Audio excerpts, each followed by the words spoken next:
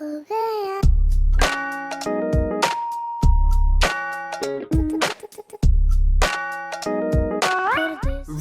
John Oliver did a bit in Last Week Tonight concerning faulty science journalism and the pushing of heavily inaccurate studies as fact.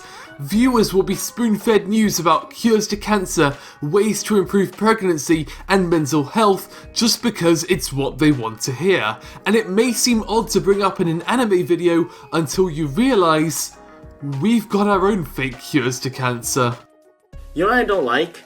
Attack on Titan Season 2 being delayed again. There's going to be a Season 4 of High School DxD, and as you may have noticed if you were looking carefully, you may have seen that was posted in January, and I never even noticed it, and we're in April now. Season 3, boys. Season 3! Oh she yo, we're getting a Season 3. How do you feel about Attack on Titan Season 2 being delayed? Leave your array of emotions in the comment section below. That means, again, we will be getting an anime adaptation probably around 2017, 2018. That's right, y'all. We have a release date for Season 2 of One Punch Man. He doesn't. All of that is entirely fake, by the way, and it's not that these people made it up themselves, it's that there is no interest in fact-checking, especially when it comes to something that people really want. We're engineered to want more of something that we like, and every time something ends, the first reaction is often, when do we get more?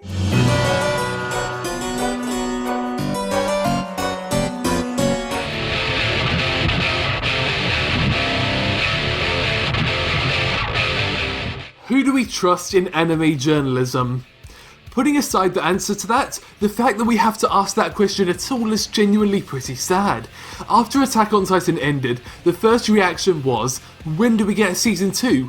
Where's the next episode? What the fuck is in that basement? And when there's a question to be asked, there's someone to answer it even if they have to make some extraordinary shit up. On July 11th, 2014, LatinTimes.com's Danny Choi, the prestigious author behind 3 Grandmothers Smoke Their First Bomb, Get Ridiculously High, and It's All on Camera, posted an article referring to breaking news that Attack on Titan Season 2 would be released in just 2 weeks, on July 26th, 2014. And to their credit, they did post a source. However, that source led to an article saying the exact same thing from kdramastars.com by an author named Gunther Barbosa, the same man who confirmed that The Elder Scrolls 6 would be out in March of 2016, and I thank you for taking the time away from it to watch this video. But the point is that neither of them had a source, and whilst one person is guilty of making it up, the others are guilty of not bothering to check. But what happens when we get past July 2014? Do the villains take off their masks and hand themselves in? Do they fuck? No, much like Apocalypse predictions, they just get delayed. Remember the kid from before? You know what I don't like? Attack on Titan Season 2 being delayed again. Yes, because it's not just that they reported that the series had been delayed, they continued to make up release dates for the past 2 years, each time stating that they'd heard from Wit Studio that the series had been delayed again. And just remember, this was in the middle of absolutely no real news, and this is in an industry where hardly anything gets delays. And it's not just Attack on Titan either. In fact, Tokyo Ghoul has had a particular series of bad luck. We often refer to anime licensors as holy figures. For casual fans of the medium, that's the most official source they're going to refer to, and licensors have a responsibility to get things right. Because when Funimation CEO Gen Fukunaga mentioned an upcoming 3rd season for 2016, the floodgates were opened.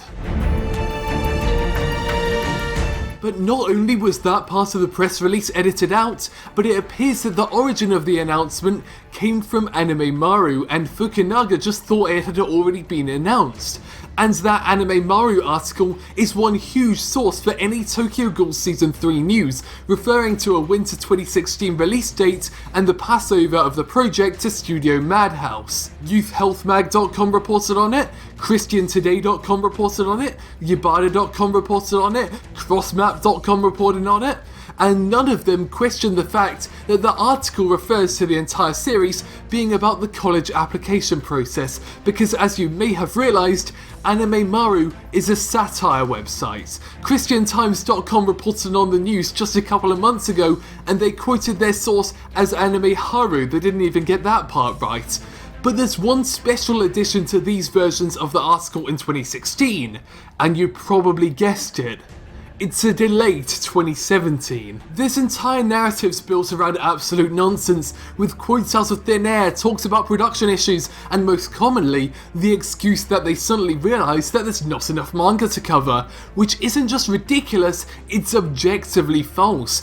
Both Bungo Stray Dogs and My Hero Academia production decisions were reported to have been made after the first volumes were released, with just 7 chapters of content for My Hero Academia, because anime producers trust that the mangaka won't just suddenly fall into a coma and will be writing chapters as production continues. The exact same excuse was made for a One Punch Man Season 2, and here's where we start to see the repeat offenders. Kpopstars.com was back, referring to a tweet by Yusuke Murata that he'd work hard to ensure a Season 2 was possible. By no means a confirmation. And that's the thing, when these sites find a primary source they misinterpret it, and the rest of the time they'll quote secondary sources like other sites, entirely different interviews, or even me. My One Punch Man animation analysis was used as a source for why One Punch Man was successful, and not only does Madhouse not have a space in it, but I didn't mean that Suma actually brought his group of friends. They were just business relationships formed throughout his career, and they would know that if they stopped watching my videos and started doing research of their own. And it's this whirlpool of nonsense that really makes my job harder. I'm constantly on the search for any information I can find, and recently I've been trying to do a video on My Hero Academia. Problem is, I need an interview with Kenji Nagasaki, and the only one I can find is from a site called manga.tokyo, and I have no idea whether they actually conducted the interview or not, and because of my uncertainty, I can't include it as research, and I had to cancel the video. Your best source will never be a website with a vague news-like name.